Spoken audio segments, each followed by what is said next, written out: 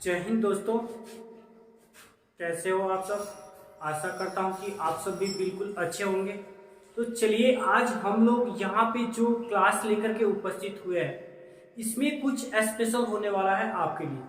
वो स्पेशल क्या होने वाला है ये हम लोग जानेंगे। तो सबसे पहले हम आप लोग को ये बता देना चाहते हैं कि अगर आपका मैट्रिक का परीक्षा की जो तैयारी की बात है, अगर बिल्कुल ही नहीं किए हुए हैं, अगर आप मैट्रिक की परीक्षा की तैयारी बिल्कुल ही नहीं की है, तो आपको घबराने की आवश्यकता नहीं है। क्यों नहीं है? क्योंकि हम ऐसे ऐसे टॉपिक लेकर के आएंगे, ऐसे ऐसे टॉपिक लेकर के आएंगे कि आप कुछ भी नहीं जानते हैं, फिर भी आप अच्छे से अच्छे मार्क्स ला सकते हैं। बिल्कुल 100% गारंटी के साथ आपको ऐसे ऐसे टॉपिक की तैयारी कराई जाएगी जो कि मैट्रिक में 100% आना ही आना है। ना का सवाल ही, हर एक पार्ट से जितने भी मेन क्वेश्चंस हैं, बीबीआई क्वेश्चंस है, सब आपको सिखाए जाएंगे, कराए जाएंगे। बशर्ते कि आपको हर एक क्वेश्चंस को ध्यान से देखते जाना है, समझते जाना है। बहुत ही कम समय बच गया है आपको तैयारी करने के लिए। आप बिल्कुल ही जीरो है, बिल्कुल जीरो है। तो यहाँ से हम लोग जीरो से शुरुआत कर रहे हैं। कहाँ से शुरुआत कर रहे हैं? बिल्कुल ही जीरो से शुरुआत कर रहे हैं। और आपको हर एक प्रकार के क्वेश्चन देखने के लिए मिलेंगे जो कि मैथ से संबंधित होंगे, और साइंस के भी क्वेश्चन तो जाते ही है, सोशल साइंस के भी क्वेश्चन जाता ही है। लेकिन मैथ में अगर आप बिल्कुल ही कमजोर हैं तो ऐसे ऐसे वीडियो को आप जरूर देखें। हर एक प्रकार के क्वेश्चंस आपको देखने के लिए मिलेंगे, समझने के लिए मिलेंगे, और एकदम पूरा का पूरा विश्वास है कि आप अपने एग्जाम में ज्यादा से ज्यादा नंबर जरूर लाएंगे। बहुत ही कम समय में, वो भी बहुत ही कम समय में आप ज्यादा से ज्यादा नंबर लाएंगे। तो चलिए हम लोग आज शुरुआत करते हैं। अभी जो हम लोग शुरुआत करने जा रहे हैं, इसमें आपको HCF सीखने के लिए मिलेगा। क्या मिलेगा? HCF। वो HCF आपको कई प्रकार से बनाए जाते हैं, हर एक प्रकार से HCF आपको सीखने के लिए मिलेगा। तो आइए शुरुआत करते हैं। पहला प्रकार क्या है उसको हम लोग देखते हैं।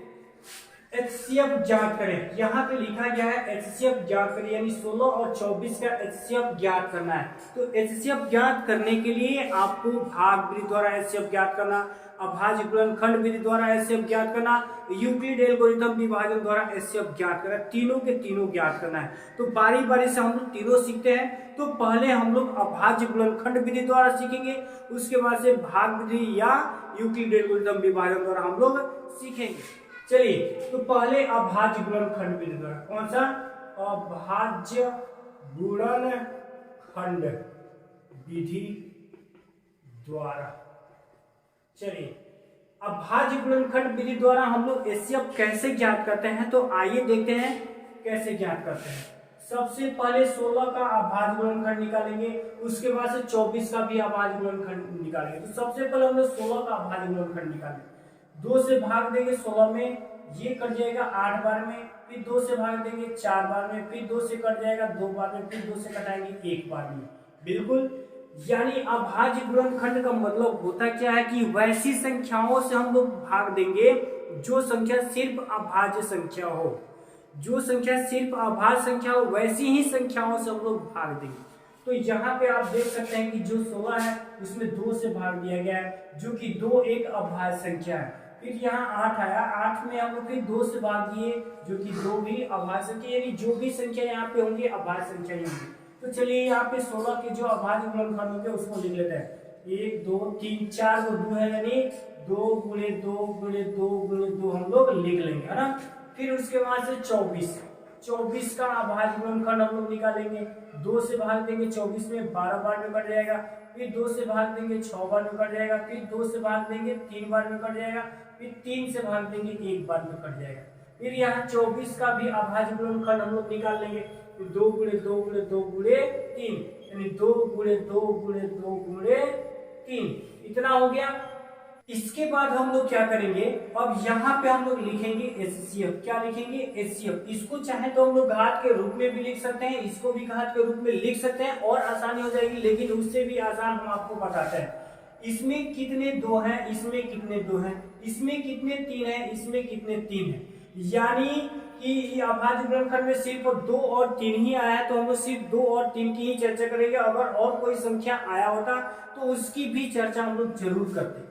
लेकिन यहाँ पे हम लोग चलिए देखते हैं कि इसमें कितने 2 है, इसमें कितने 2 है, तो इसमें 4 2 है और इसमें 3 2 है, यानी कि इसमें का एक 2 और इसमें का एक 2 यहाँ पर लिख लीजिए गुणे, फिर इसमें का एक 2, इसमें का एक 2 यहाँ लिख लीजिए, फिर इसमें का एक 2 और इसमें का एक 2 यहाँ लिख लीजिए, और इसमें का 2 जो है अब इसमें नहीं मिला है, यानी दोनों अभाज्य गुणनखंडों में जो जो संख्या मिलेगा वही संख्या हम लोग यहाँ पर रखेंगे।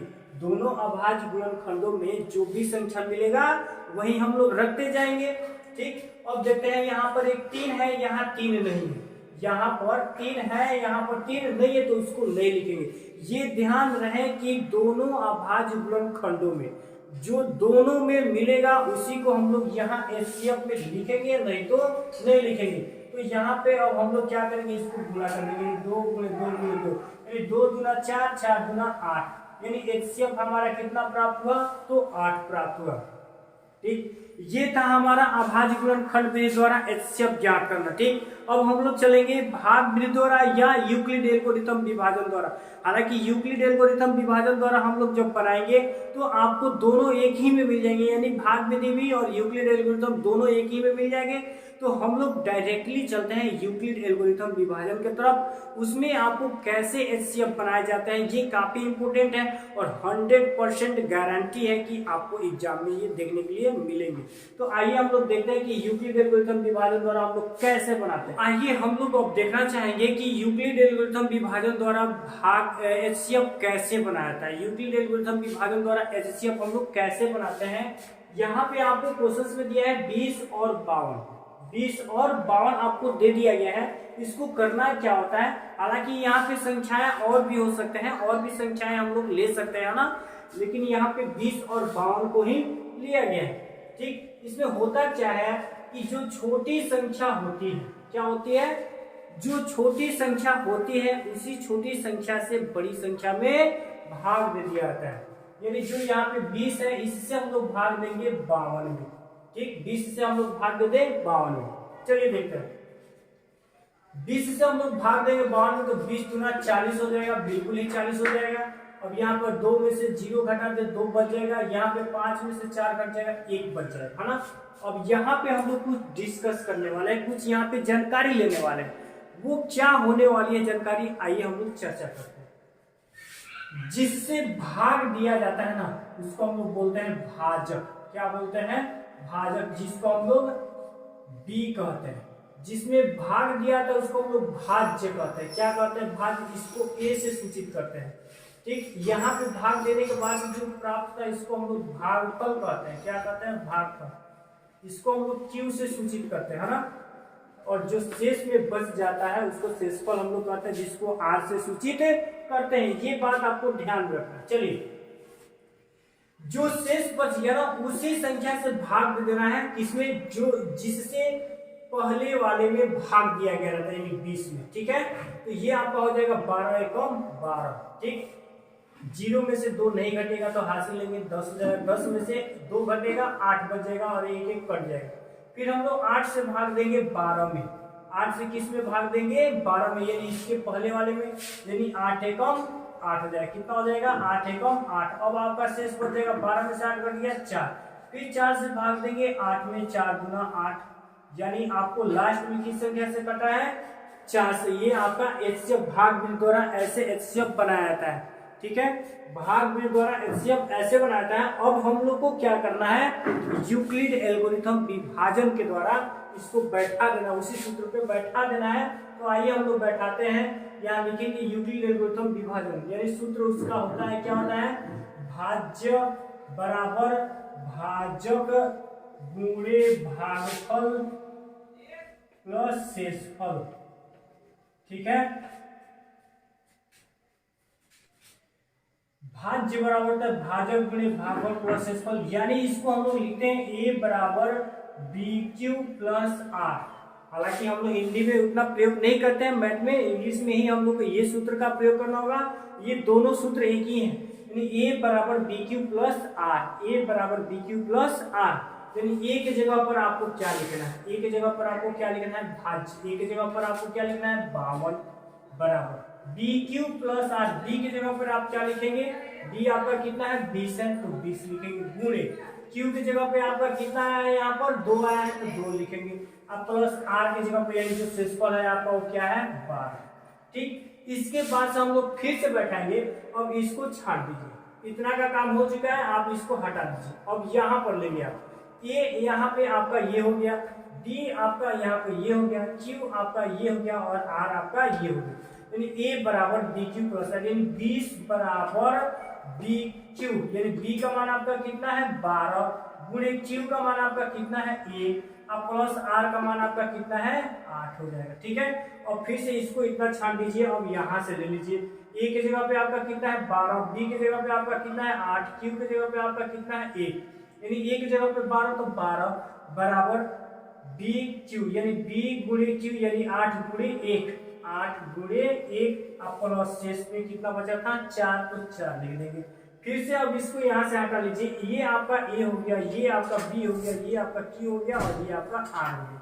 तो ए बराबर आप कितना लिखेंगे यहाँ पे 8 लिखेंगे, बराबर बी के जगह पे आप 4 लिखेंगे, गुणे क्यू के जगह पर आप 2 लिखेंगे, प्लस आर के जगह पे सब चीज खत्म हो चुका है यानी 0। आपका आंसर क्या आया 4 आया। क्या आया 4, यानी पूर्णतः जिस संख्या से विभाजित हो जाता है वही आपका एचसीएफ हो जाता है, यानी एचसीएफ आपका क्या हो जाएगा 4। ये है आपका यूक्लिड एल्गोरिथम विभाजन द्वारा एचसीएफ ज्ञात करना।